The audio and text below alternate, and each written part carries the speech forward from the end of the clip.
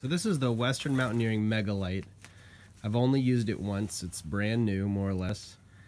And I just want to go over some of the basic concepts of the bag, just at first glance. The basic concept is that it's got Eastern European down in it that's incredibly lofty.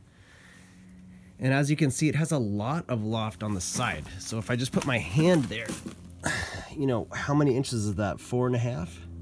All right, it's got a lot of loft. Look up here by the opening to the hood. Okay, that's got like, I'm gonna say 6 inches of loft, at least 5. All right, so that's kind of the basic concept, is that the nylon is kind of stiff. It kind of, it's anti-snag, so you would think that it would be kind of bulky. It isn't. This is lightweight stuff, very, very rugged, very, very minimalistic, lightweight, kind of rigid material. Stands up on its own, doesn't snag when you zip it up. And, it's just like all brand new sleeping bags, it's a little bit too warm. So the basic advantage of this down material over synthetic is that it doesn't really gain a lot of weight when it's wet in your pack. So say if it's raining and the outside of the pack gets wet and a little bit of moisture starts to transfer onto your gear, this won't gain weight the way that synthetic bags do. And even if it were to get wet, even though it might lose some loft and it might not be as warm, or it might lose all of its loft and lose all of its warmth if it gets rained on, it doesn't gain weight the way that synthetic does, and it's also quick drying. All right. So one more aspect of it is that the down has so much loft that it kind of creates a turtle shell shape when you lay it on you. It doesn't lay flat on your body. It kind of stands up by itself, and that creates a cavern inside where warm air from your chest can travel into the foot box. So the bag is overall warmer, especially at the legs. It's very neutral in warmth at the legs and at the foot box. It doesn't really get cold on your legs, which is a great feature. But this is new. This bag is new. Another feature is that when you cinch the hood shut, it doesn't really suffer from condensation from your breath coming out of the hood, because there's so much loftiness at that opening. So there's like this huge tunnel of down that comes up out of this cinched hood that doesn't really suffer from condensation. It's not like the opening to the hood is going to get so wet from your breath that it's going to cause the down to go flat. The down is robust enough, and there's enough loft there that it can handle your breath coming out. So you don't really need to cover your mouth with a baklava and breathe through the baklava to prevent the hood from getting moist, because it doesn't go flat, or it doesn't get wet easily. It doesn't suffer from condensation very easily. And it's extremely roomy at the shoulders. At the shoulders, it really feels like a bed, like a blanket. At the foot box, it's a little bit tighter than the most comfortable foot boxes out there. If you've had a sleeping bag that has an incredibly comfortable foot box, you might notice the difference. It's a little narrow at the feet, but it's very roomy at the shoulders. And because it's a little bit too warm, I found that I fell asleep in it without my hood cinched, and then when I woke up in the morning, the top of my head was pretty cold because it was exposed to the outdoors. It isn't that easy. It takes a little bit of practice to fall asleep in the sleeping bag. I got the 6.5 foot length version. Some other people who know a lot about down bags, you might want to get the 6 foot version that's like true to fit.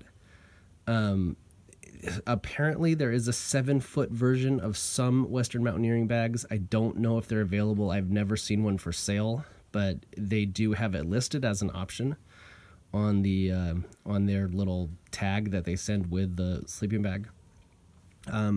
Because it's a little warm, it isn't that easy to fall asleep in. Also, they recommend that people using the bag wash it when they get it. So this is Eastern European down. It's some of the best down in the world, but who knows where it comes from. It does have some allergens in it. So like, synthetic sleeping systems, they're hypoallergenic. You don't feel any allergic reaction to it at all. Whereas this down is an organic material that does have some allergens in it. If you're allergic to down, like if you were allergic to down as a kid, you might feel a little tight in the throat. Your throat might feel a little swollen because there are some allergens in this down. They recommend washing it when you get it. They say that not washing your sleeping bag for 1 month is like not washing your hair for a month. So they say, you should put it in its stuff sack, fill up the washing machine with water, submerge the stuff sack in the water, and slowly pull the sleeping bag out underwater so that it gets completely wet. Then you pour in the Wick Wax liquid down detergent. There's a special kind of laundry detergent for down, which they send with the sleeping bag, and they sell it at REI.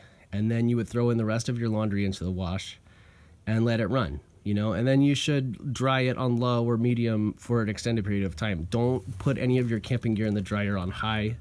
It will melt, you know, it will do some damage to your synthetic materials. Beware of bleach. You don't want to use bleach with your camping materials. Hold on a second. So basically the way to wash it is to submerge it and wash it, and then you should put it in the dryer on medium or low for a long time. Sometimes you need to put your down in the dryer for like 2 hours, you know. So you don't want to dry it on hot. You don't want to wash it with bleach. You don't, you know, it doesn't matter if you wash it with Tide, but if you wash it with Tide, you might want to wash it once without any soap just to get the soap out of the down, because blankets, any kind of blanket, gathers dust, dander, and detergent and gets heavier and has less loft and is less compressible over time. But supposedly it doesn't matter if you compress this down, it doesn't matter if you wash it, it doesn't matter what you do to it. It'll return to its natural loftiness. Okay, so there it is compressed, and I've got it next to a shoe and a burrito and a beer for perspective, okay? Here's the beer. There's a beer next to it, all right? You get the idea. Pretty small. This is a 16-liter rucksack. All right, so that's a pretty small bag from Gossamer Gear, the rucksack.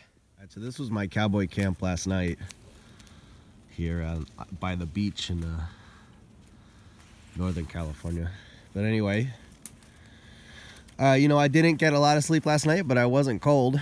It's just I'm kind of new to the sleeping bag, and the bar was closed when I got to the beach town where I am, and so I didn't get a chance to take any of my Valerian sleep aid that I brought with me. And you know, I basically I drifted off for a while and mostly just spent the night like opening and shutting the hood, letting cold air in and out, and just relaxing. The Nemo air pad, Nemo and Thermarest both are shedding weight by getting rid of the baffles. They use less nylon by not having baffles, and it makes the sleep system colder. So I was nice and warm on top, but there was kind of like a cool, not an ice pad, but kind of like a cool pad along the bottom. So my, you know, the back of my legs kind of felt cool. The sleeping bag didn't get overheated because the Nemo is kind of cold. But yeah, I was, you know, for sure comfortable enough to lay there. I laid there the whole night and you know, just relaxed basically for the night. And it was pretty easy. So there it is. There's my cowboy camp here. What is this monstrosity? What is that? What are those things? Whoa, man.